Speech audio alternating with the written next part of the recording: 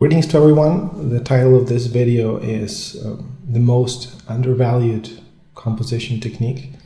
And what we will be looking today is at one of the compositional devices that I particularly find in composition students being not used or fully developed. So what we will be seeing here is the technique, the simple technique of having monody. So just to summarize, what is monody? When we look into textures is the number of layers, musical layers that you have in the fabric. You would have, generally speaking, a melody. Let's say that's our melody. And underneath that melody, we would have an accompaniment.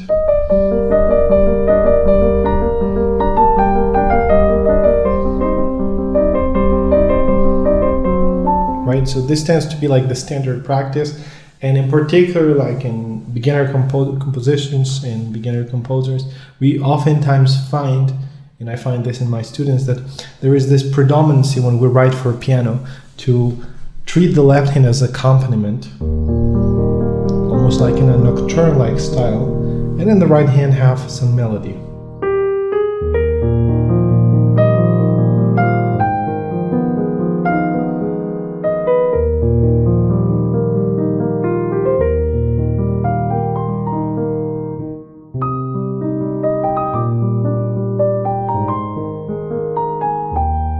While not necessarily this technique is bad as such, but when it is overused and when we see all the time people using these accompanied melodies or chordal sections, like a choral, then the music starts to become a little bit predictable and it loses one of the most fascinating things and facets, which is presenting the melody just by itself. So that is monody, when you have the melody without any accompaniment, just in a single melody. And the monody, surprisingly, can be traced back to the origin of Western music.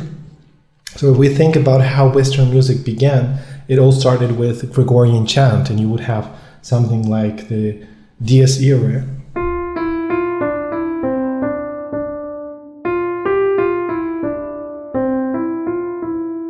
Melody that's just sang by monks or nuns. It's just a melody by itself. Generally, it was conceived that that was the purest and more perfect form. Now, if we go into the future, we'll really clearly see how in Renaissance, in particular in Baroque music, the idea of counterpoint, the idea of having multiple voices sounding all the time became very, very prominent and popular. And actually, good, high-quality music was always regarded to have the multiplicity of melodic lines. However, even the greatest contrapuntal composer of all times, J.S. Bach, who is widely regarded as the most sophisticated composer in terms of technique for multiple layers, for counterpoint, complex textures, was not afraid of presenting monody. And here we have a good example. So in this piece, Bach begins with a melody that's played in unison, or actually in octaves, and it's played by the entire ensemble. And it's the beginning of his D minor cembalo concerto. Sounds like this.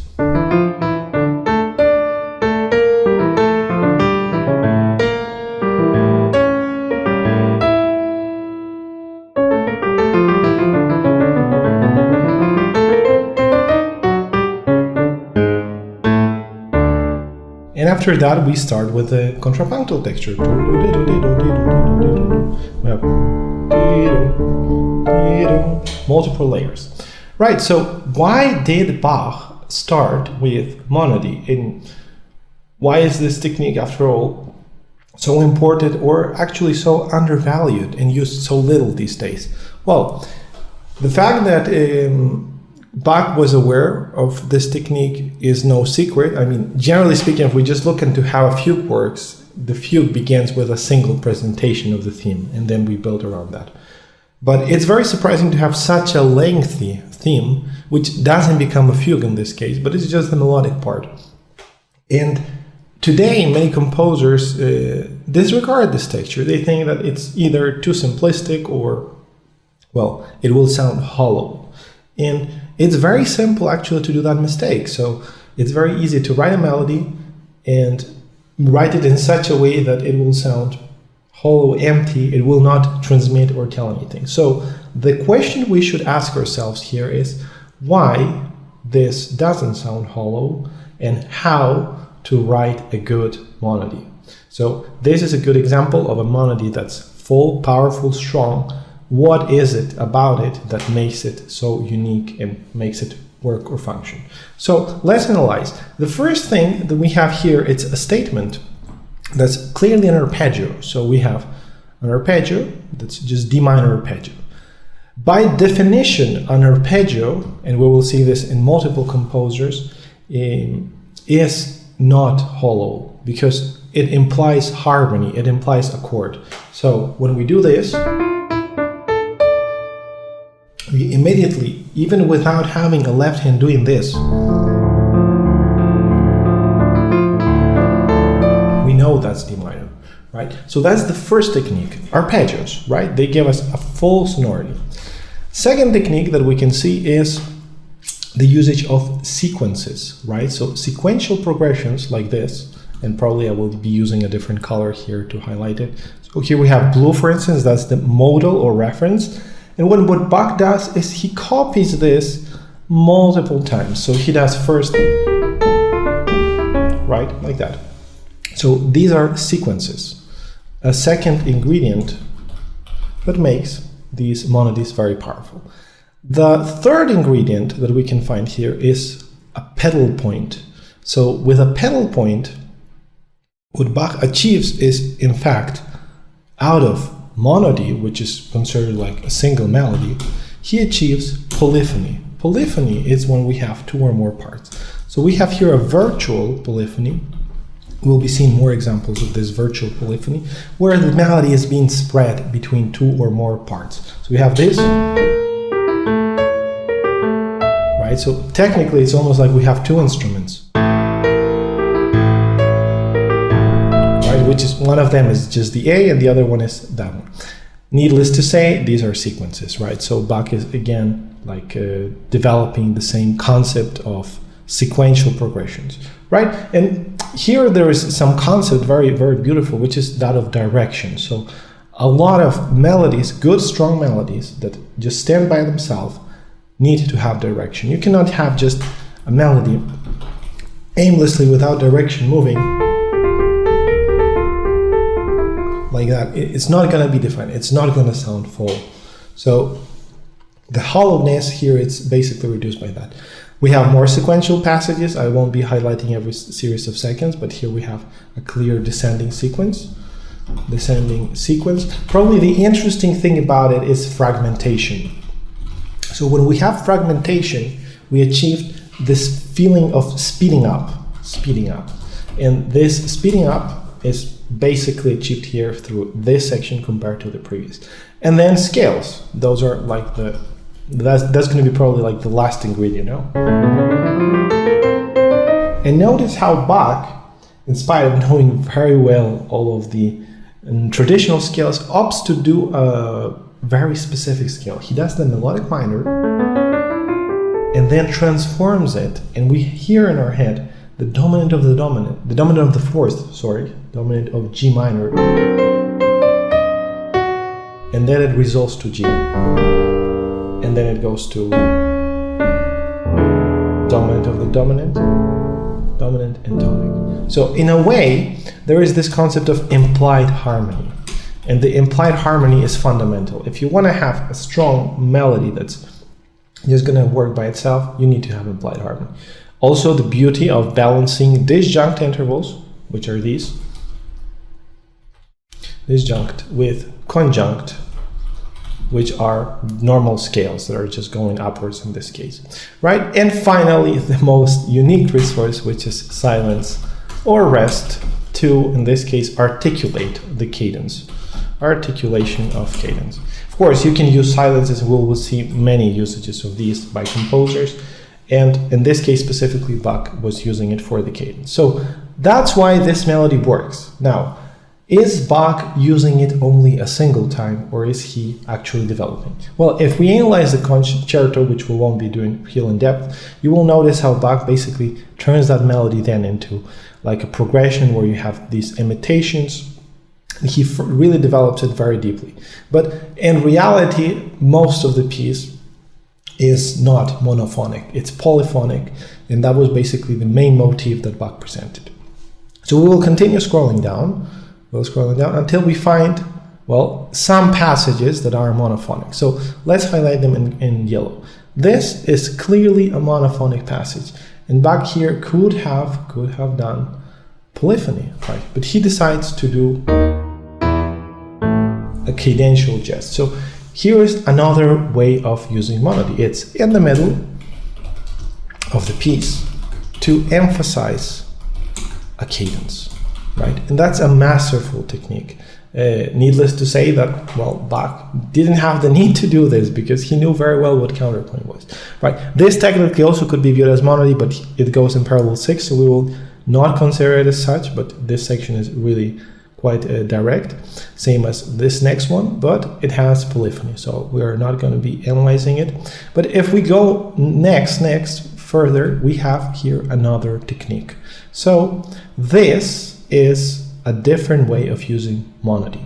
This is what we call a cadenza. So a cadenza, which in this case consists of ornaments, it's a procedure where we are letting the melody, or actually the entire musical discourse, stop, and then the melody just floats.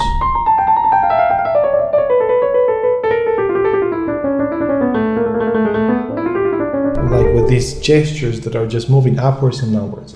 Probably the most famous one is the Toccata and Fugue in D minor, right, which is also this sort of melodic ornament. But really what we find here is these scales that are interrupting something. They're just in the middle of a larger section, and it's almost like a soloist starts singing, soloist. And in this case, it's very virtuosic. It's just scales going up and down. But then we have the tutti where everything reappears back. So the last example I think that Bach uses in this piece, well, there are actually two more. So there is this, where we have the alternation between tutti and solo. So this is also very interesting technique, tutti and solo. Basically what we have is, and then the solo replies tutti, solo. So these are masterful examples of monophonic texture. Here we have again two-part writing, and as we move forward, we arrive to the recap. So in the recap, Bach is presenting again the theme just by itself. Here, not for a long period, it's just starting in the beginning, and then it turns into polyphony, and it ends for the last time. And this is the strongest statement, it's this. So these are two different usages. This would be for recapitulation, and the other one is using monody for a coda. So basically these are the lessons we've learned from this piece. Now, if you want to do monody, you've got to write a really good and strong theme. There are a couple more ingredients in this that we really need to address really quickly, but also notice how rhythmically complex this music is. So in reality, Bach is not making us feel a predictable rhythm. We have already from the beginning a fast note value that ends in a syncopated rhythm. You have this fast beginning, and then the accent becomes shifted towards this D, same as here. Right, so there is this rhythmic complexity that's implied by these syncopated notes, which we'll highlight here, and also the shift of fast and slow. So we would look into it like this. We have first two fast notes and a slower one, but then we have the rhythm flipped or inverted. So there are these rhythmic devices that make all of this much more complex. Right, so let's look now into the next piece, which is Mozart. We have, Mozart is a great monophonic composer. He wrote probably some of the most famous monophonic pieces in themes, like his most popular theme definitely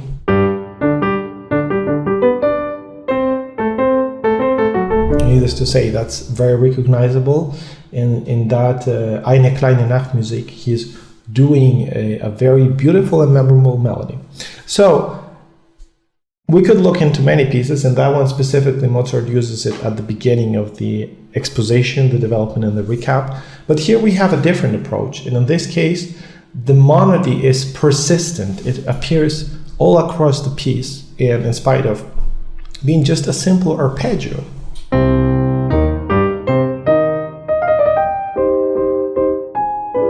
It's really developed, very well developed. So we have here the form of this subject, which is like in tonic. Then we have the dominant.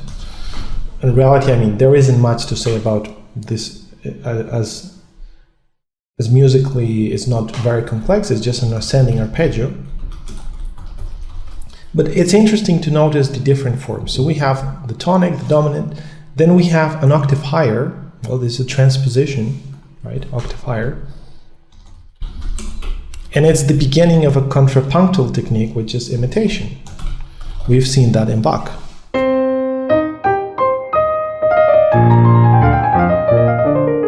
Right, so that's basically that imitation. Now, more techniques that we have not seen in Bach, or at least we've seen them but not so clearly. There is this transitional monody. So basically it's like leaving out one note, like to do a pedal point, which we've seen in Bach, but this is the standing on the dominant, where basically the music is like hovering in the air. So we have this texture that's already quite simple.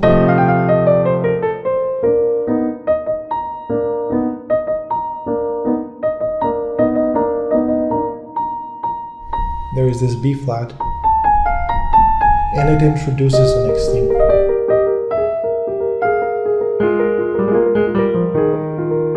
Right, so it's a very, very unique technique. Now, of course, it's prepared by this alternation between monody, and it has also this acceleration, so it's speeding up. But we have here an alternation or a dialogue between two parts or two textures. We have on the one hand the parallel thirds, and on the other hand this little fifths, right? So masterful, really simple, direct, but also it can be seen in Mozart's connectors. So this is a little connector which kind of makes the melody end here in a cadence. And then basically we could have started directly here, but Mozart does this little pickup. Right, so it's another way into looking into monody, pickup. Right, other sections, and these are very common in Bach. It's in Beethoven, it's arpeggios. Right, Beethoven really picked on that. We have many passages that are just interlocked arpeggios that go up, down, and here, well, we can see a good example of that. So basically, this is what we see. It's a very frequent usage of monody, and I think this is a technique that probably not that many composers, or it's not so often spoken about. So oftentimes when we do analysis, we really focus on saying what is the tonality, what's the main chord, but we don't really look into why in certain places there are no chords whatsoever. How is monody developed or dealt? And here I think the example in Mozart Sonata is masterful usage of this monody, right? So again, we have this solo in tutti alternation. So there's like a soloist playing here, and then tutti, solo, tutti, right? And that alternation continues. Also, Mozart uses this as the beginning of structural concept. So the beginning of development is actually monody again, right?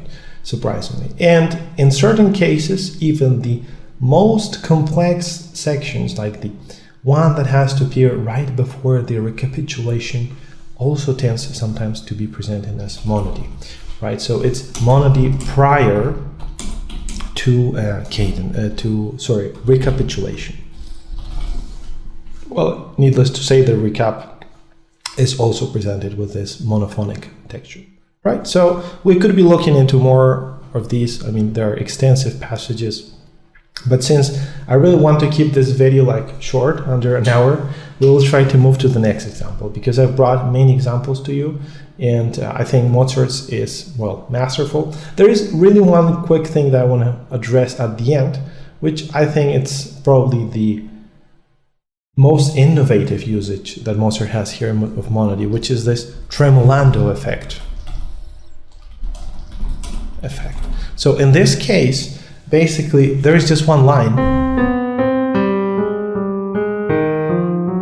which is shifted with the accents on the fourth beat, but at the same time, the right hand is just like repeating in an echo in triplets.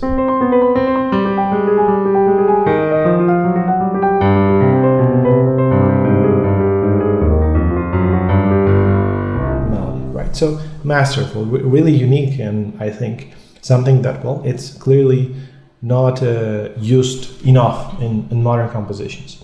Right, another master of monody is Haydn. We can look into many of his pieces, but here I want to bring one very famous opening, which is from his Sonata. This is the Sonata in C major, the 50th Sonata, according to, well, some catalogs, right? And in this case, we have clearly two parts.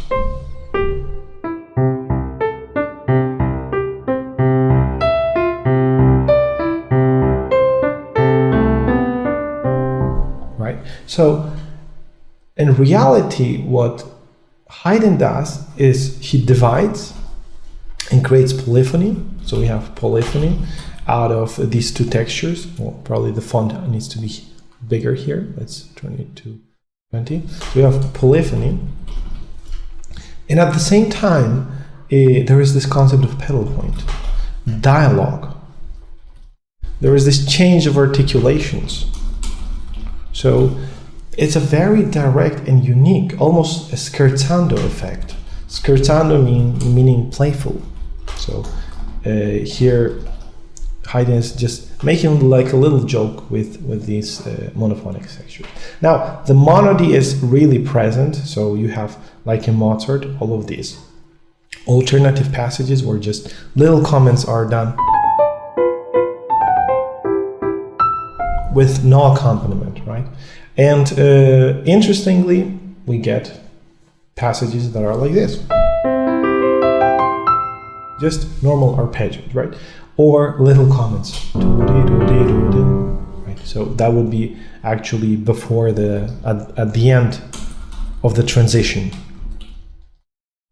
right? So we have this little transitional monody that's really common.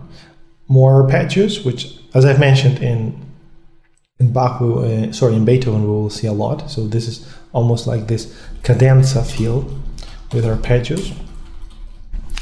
And it's basically similar techniques. So Haydn is clearly aware of this usage of monody. He's presenting it in different parts, and it really allows him to develop the piece to a new level. Like, look into this part of the development. All of a sudden, we have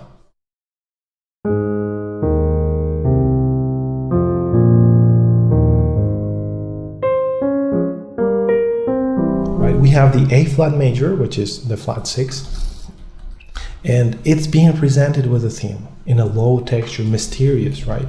So it's used to create very different textures. It's not always this playful. It also can be used to create this almost magical part where we just have the texture, right? More ways of enlarging that effect of transition ending.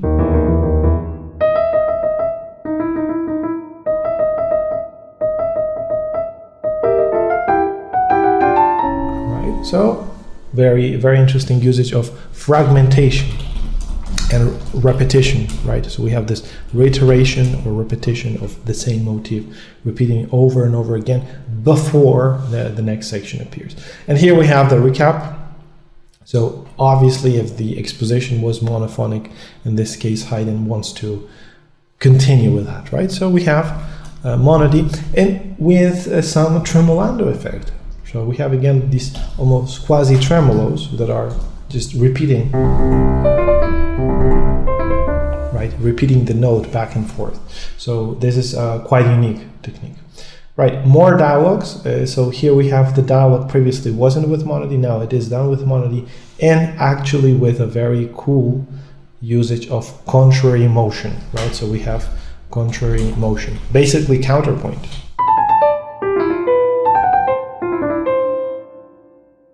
Let's continue moving forward. Very Beethoven-like passage. We see this in many parts of Beethoven, which is where we have a standing on the dominant. So we have standing on the dominant with a sequence that's descending or ascending that arpeggiates. There's an arpeggio of the chords, right? So in this case, the arpeggio is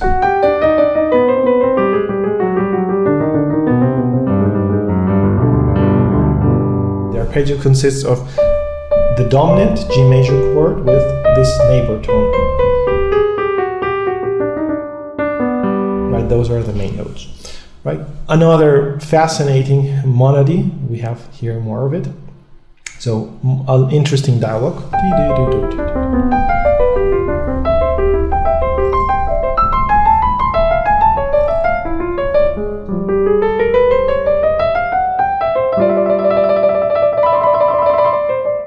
Right, and then it ends there. So in this case, it's a dialogue that is having a fragmentation.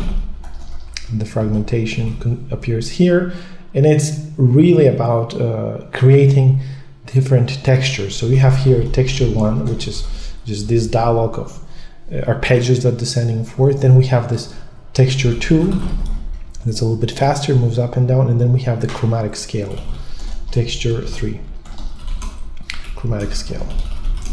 Right, so Haydn clearly was very, very deliberate and careful about using monophony and monody in combination with the most common texture that was used in the classicism, which is accompanied melody, right?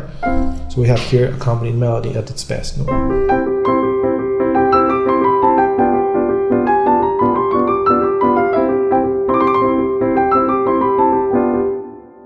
Haydn really combined these two.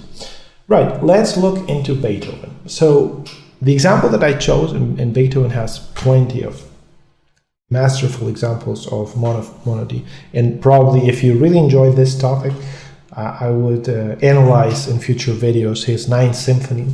And the Ninth Symphony, almost every single theme is presented as monody. If you think about it, it's monody, no accompaniment, it's just this tutti. We have also presented monophonically. And in the last movement, obviously there are multiple passages that are just the melody being the most famous.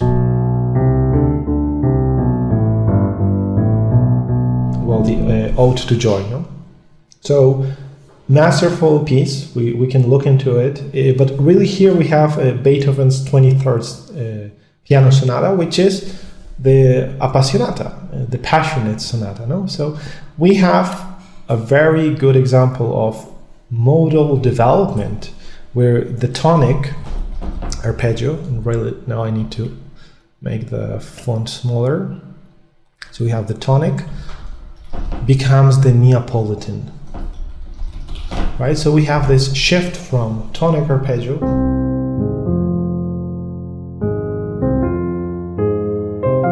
and alternation between monody and polyphony, accompanied melody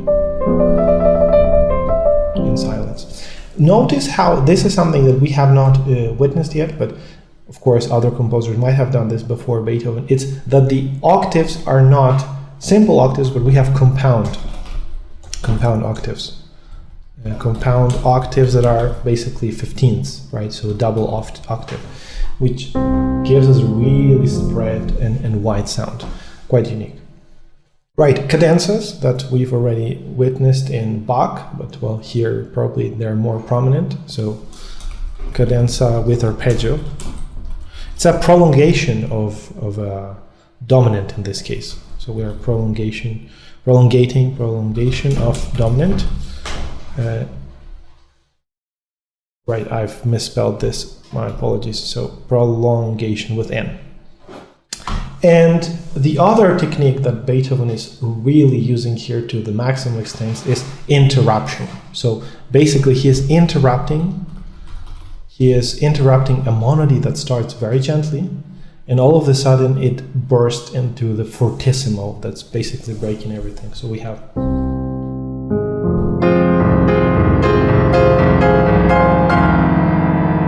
and then as nothing happens, it continues.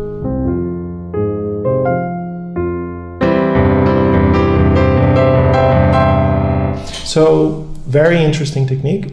Another one is the pedal point, which we already knew.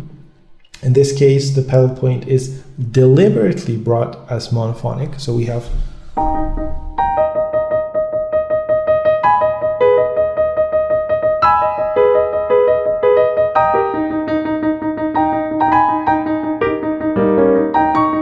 right. So in that case, it's just to bring a repeated note.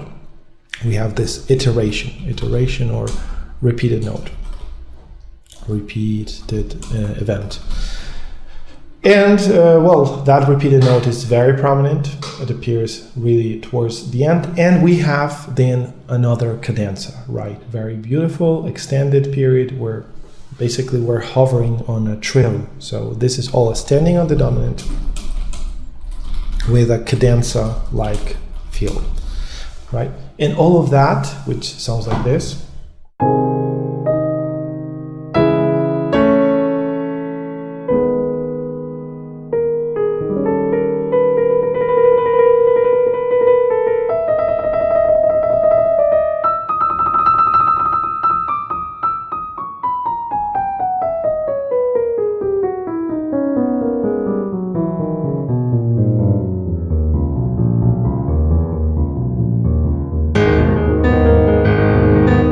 it's working as a perfect contrast. So you have this very still, very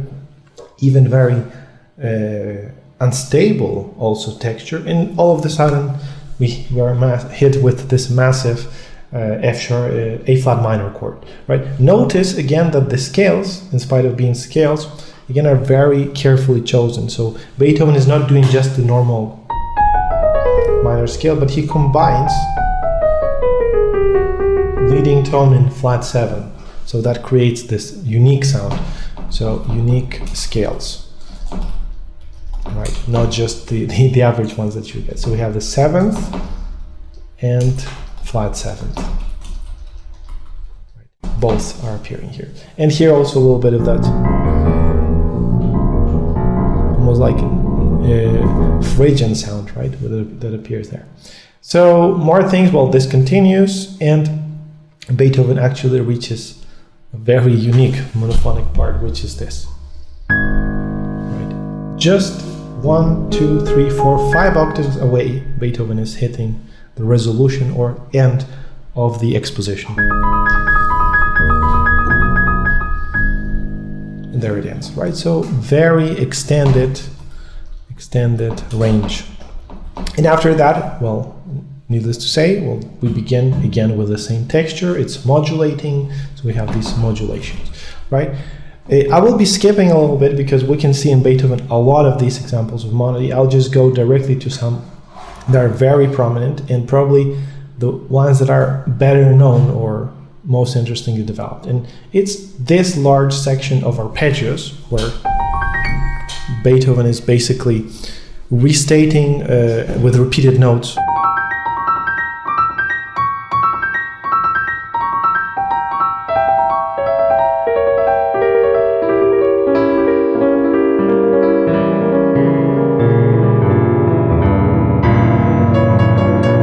arrives in that culmination, right? So it's very unique because you have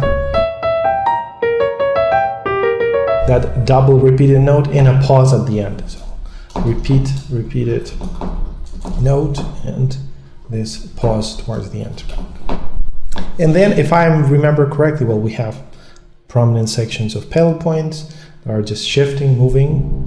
But there were more examples that I think we can bring here. So I just need to remember if they, yeah. So I think this was the example I wanted to show you. So it's probably one of the strongest and most unique ways of doing a monophonic texture. All of this, technically, in spite of sounding very full and very harmonic, is just one note at a time until this moment, right? And then it continues just with single notes.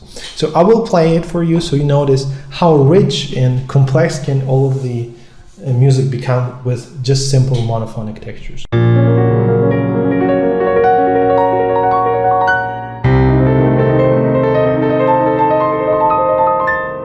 Right, it continues.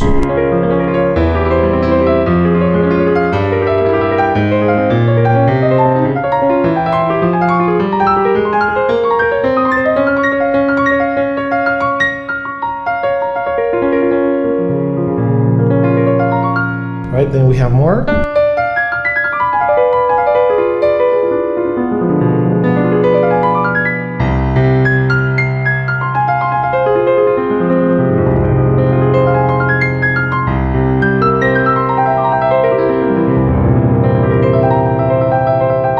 So highly virtuosic, and then the motif of the fate that we have seen in the Fifth Symphony persists. So we have these motivic elements, right? But well, I think that this would be probably one of the most prominent and most virtuosic harmonic, monophonic textures that we have seen. So monody with a virtuosic arpeggio texture, very powerful, very well conducted, and I think that really what makes it so distinct and so strong is the ascending line that keeps going faster, faster, faster until it reaches here a climactic point, which is that D flat, from which we then have the cadential gesture. So that's pretty much it. I mean, we can be looking into a lot of Beethoven's monophonic textures. I think in the last movement there are really good examples of this, but since we want to keep the video under an hour, we will be moving to the next example. So now we have Chopin, right? So this piece probably is one of the most unusual or most unique way of developing the monophonic texture so far, because basically what Chopin does is he starts with a little motif that is gonna become the foundation of this dialogue between solo and tutti. And then we have again that little texture. So the alternation that was done in the classical sense, and we've seen it a lot in Bach with the solo and tutti, now becomes the foundational pillar. So like the motif in monody is the main element of the piece, and we can see it in countless places. So here it's appearing again, here we have more monody, and it's all developing the piece in different directions. Clearly we can highlight the one that's just the main motif, and then we have this just the second by augmentation because the main motif already has the second. I can highlight it. So you have this little second here, and here it's right developed like that. So very fascinating. We have, of course, the same connectors that we've seen in Mozart, chromatic scales, and we have arpeggios, right? So basically Chopin is playing with all of these sorts. Of course, that's contrasted with nicely laid polyphonic textures with accompaniment, and then these virtuosic arpeggios are appearing quite a lot. Right, so we have a little bit of monophonic alternation between right and left hand. So that's a very interesting thing. I would definitely recommend to study this piece in depth, and since the whole concept of this lecture is to just focus on these, we will just look into the monophonic parts. So we have very Chopinesque parts, right, that we don't really find that often in other composers, whereas like the melody just stained with these undulating patterns moving up and down, or melodies that start like this.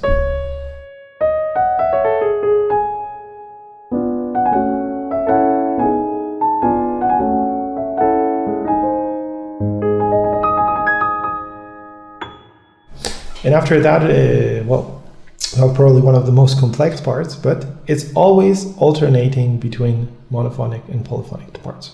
So that would be the middle section, and if we keep scrolling down, we will find towards the end, well, a lot of these very forte-like parts.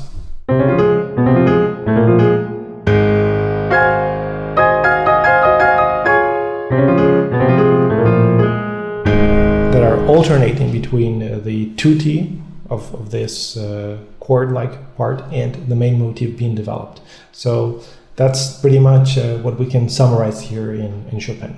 Let's move to another piece that is taking this to a whole new dimension, which is Liszt. So Liszt, in his music, he's really incredibly well equipped with the monophonic writing, and he does some of the most unique passages in terms of monophony.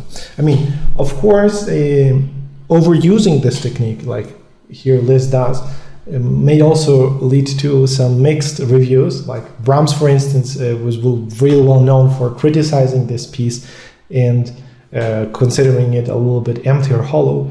But needless to say, this sonata by Liszt is still considered among the greatest piano pieces ever written, one of the most often performed piano sonatas by advanced professional pianists, and it has some of the most unique and magnificent passages of monody.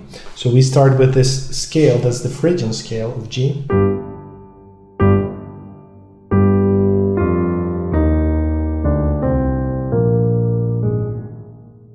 I know you technically could say, all right, this is not fully monody because he is hovering the G. Well, technically you're right. So there are two parts. The octave is standing, but even if you would remove it, the meaning would not be lost. So it's this Phrygian scale. So we have a really interesting harmonic and modal content. And then he's doing this Hungarian scale, or sometimes they even call it double harmonic scale, right? So we have this double harmonic scale where we have already one augmented second there and another one here. Right, so that's the alternation that's happening here.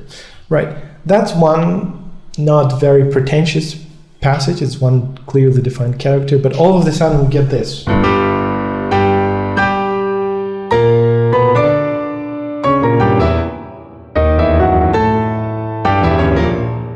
Very strong, very clear, very vivid, and is the main theme. So it's a main theme presented in octaves in a dramatic, furious, almost angry manner that's having the beginning of the sonata, right? And then monody is used throughout in multiple passages. I mean, Liszt is a really great virtuoso of this.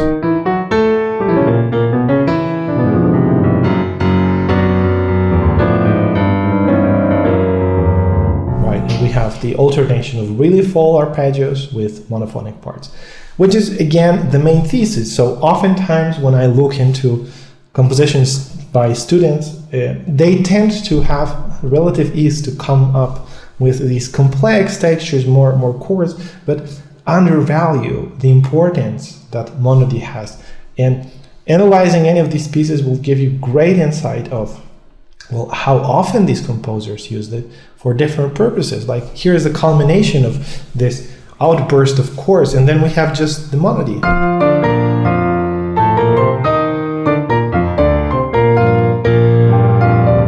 Right, it keeps going. I mean, quite virtuosic, but you have all of these chords, or octaves, just quadruple octaves going up and down, right?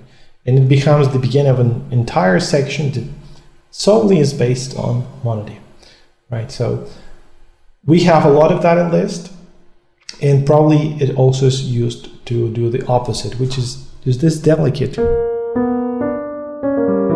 character, like that.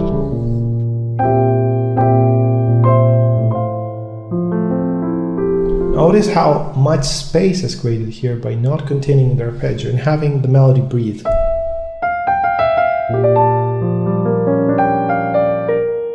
And then we have again a little bit of melody. So Liszt knew very well what he was doing. He could have easily just let the accompaniment fill everything, but he is purposefully using the most strongest and impactful technique, which is monody, to do connectors, to do a dialogue between motifs.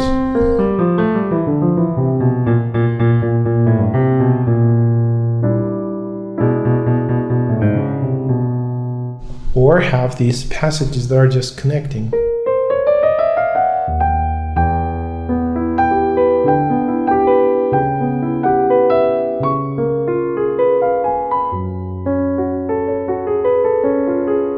And it's clearly not because Liszt didn't know what chords to put that he used these passages that have no accompaniment, right? Here it's very well developed. Right, let's keep going down. So we have another cadenza, right? Great example of monophonic cadenza with arpeggios. And in general, well, those would be the main points. I mean, we have either very bold octaves, or we tend to have cadential passages. Let me kind of look if we can spot some different passage. Well, this is what I wanted to say. So here Liszt takes the monophonic theme we heard at the beginning and makes it into a fugue.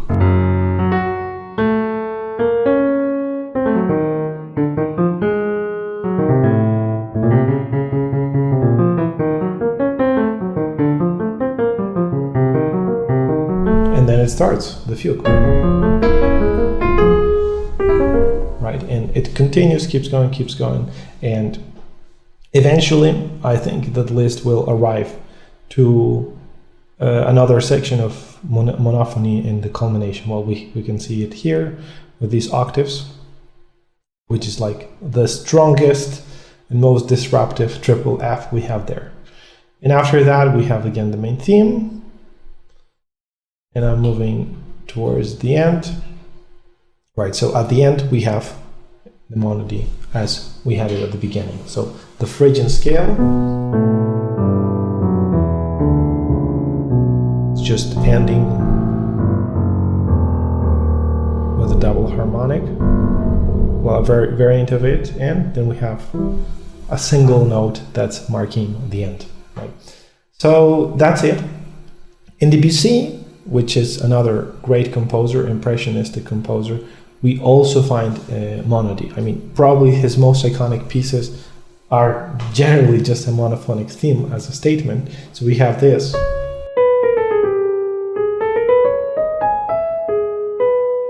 Prelude à l'après-midi.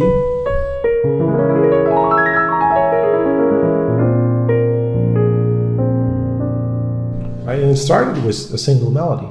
Here, in this case, similar technique, but it's just a little bit shorter. We have the melody first without any accompaniment, and then it alternates with accompanying melody.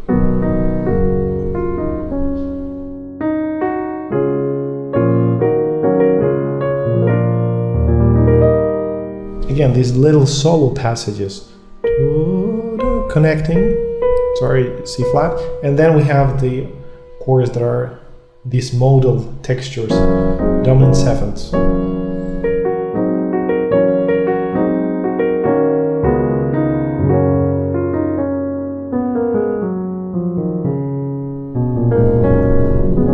Right, quite distinct monophonic writing throughout a lot of the music.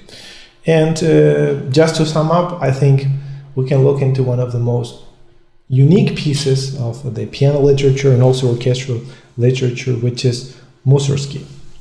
Right, so we have Mussorgsky's Pictures at an Exhibition, great example of a piece that well starts with an iconic monophonic texture that's alternating with the chorale. We have this.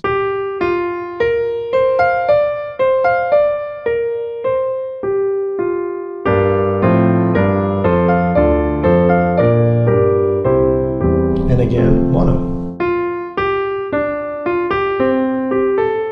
So in Pictures at an Exhibition, there are plenty of examples of this technique. Here we have it as a dialogue between chords and the main theme, but also we have it in entire sections. like this very chromatic and unique monophonic passage that basically what Mussorgsky does is a descending scale that's taking us to the dominant, right? So we have the tonic, meno vivo,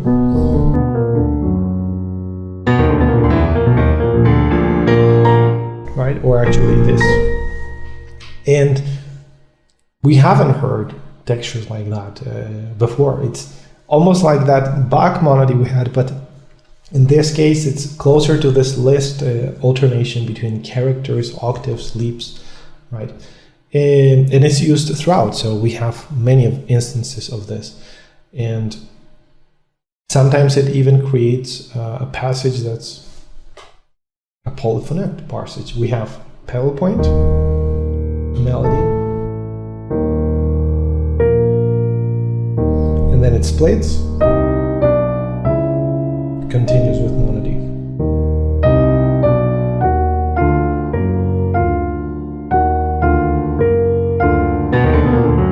Right, and there it's being used as a complement. So a lot of monophonic parts. Now, in this case, it's the most traditional accompaniment. So technically speaking, when we have this in a nocturne, it's also mono. And then the theme begins. But in this case, it's not the common accompaniment you would expect. It's just this almost like wind-like effect, which is moving up and down, right? More of this monophonic dialogue that we saw at the beginning. And the old castle, I think this is only used for some pedal points, little parts, but most of the time it's not monophonic. So I would, you have these monophonic parts, but most of the time the piece is polyphonic. So what is he doing? Basically, when everything is stopping, we have this sense of virtual silence that is created of having an ensemble playing. So this is the harmony. And then it's hovering, and then that pedal point sounds like the heartbeat.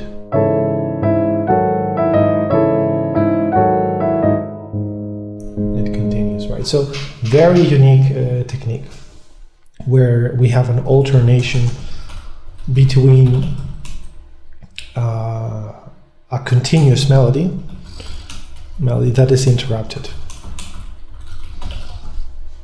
And if we keep scrolling down, I think we will find, more of the similar textures we had at the beginning, here with imitations. And let's maybe go to some of the most iconic parts. So, good monodies, to end with a diminuendo, and these are really good ones. So in this case, the melody, the main melody,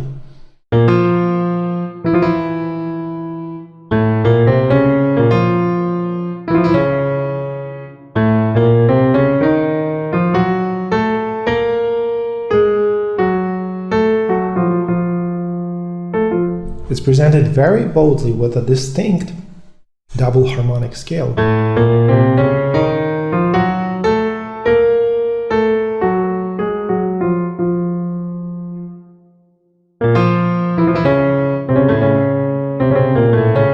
And then it hovers in that third degree, right? So impressive, very powerful, and Mussorgsky knew how to do a strong monophonic part. Then it becomes the dialogue. Actually it ends with monody. We have this.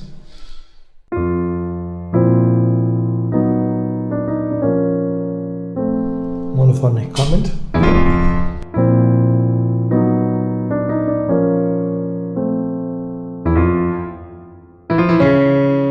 And strong ending with the octaves, right? So here is the same promenade. Maybe, the most fascinating thing is he's doing it in octaves. Let's keep moving further. The catacombs begin also surprisingly with a monophonic part.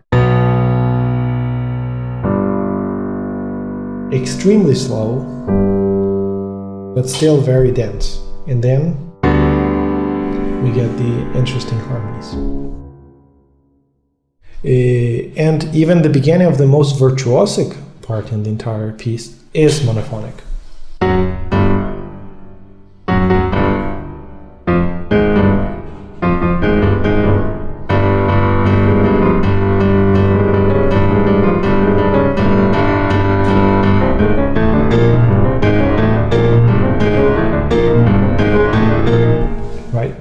There we start with the polyphony.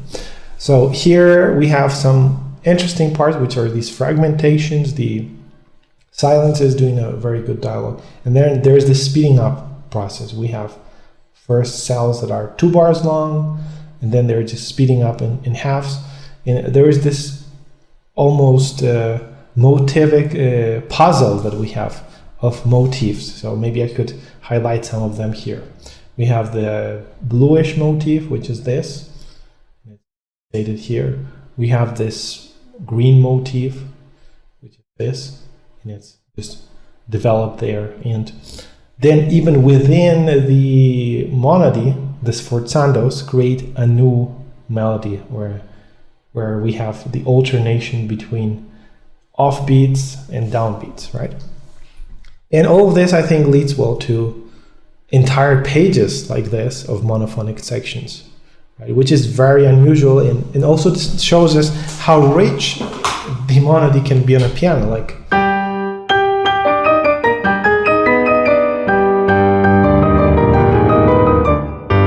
right, we have this,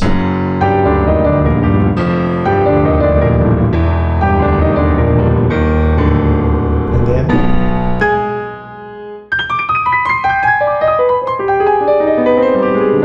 with a tremolando effect, right? So a lot is going on. We have the alternation between 2 layers, the dialogue in quadruple octaves high, the tremolando effect, it's all there.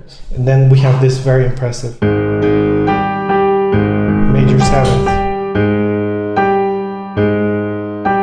And then, like in Mozart, the note is just left hovering. But instead of doing this, we have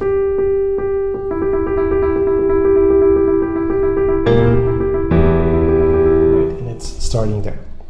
So yeah, more things. I mean, in the last part, I don't remember, but I think it doesn't get very monophonic because it's like this chorale, but I think those are the most exquisite examples.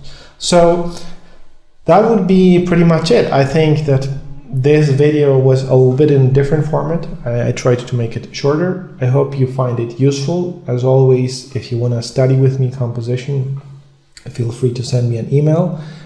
I think that the monody is one of the most undervalued techniques these days because we see so much polyphony. Just think about it. Almost all of the pop music we hear, well, I might actually say all of the pop music we hear is usually a drum beat that's doing an accompaniment, some chords in a bass, in a melody. So that texture, even if we subtract and leave melody and drums, is an accompanied melody. It's extremely unusual these days to find the melody by itself. But all of the greatest composers, going back to Bach, Mozart, we have it here, Haydn with his Sonata, Beethoven, all of these greatest composers were deliberately using the monody as a technique to alternate between a complex texture and a simpler one. So with this video, I invite all of you to do the same in your music. And if you struggle to write a good monody, it's mainly because we're missing ingredients. So I would suggest as a closing exercise to analyze some monophonic music that doesn't sound hollow. And for this, I think we have wonderful examples of monodies written by Bach. This is, for example, his Partita for violin solo. It's fully monophonic, but at the same time, when we analyze it, we can see how it has implied polyphony. It has melodies that are alternating scales, disjunct intervals. We have sequences. We have all of these ingredients, rhythms that are being shifted, even if the flow is a constant flow of 16th notes.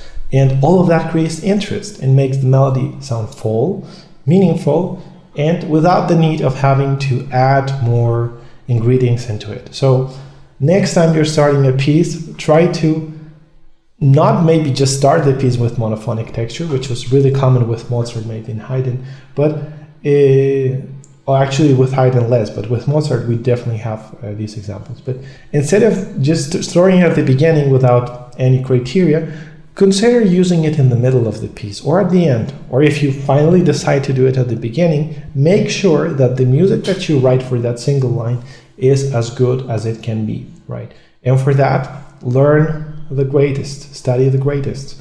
And I think that, well, in this video we've seen an overview of these. So hope you have all a great week, and I'll see you all next time in the next video. Take care. Bye.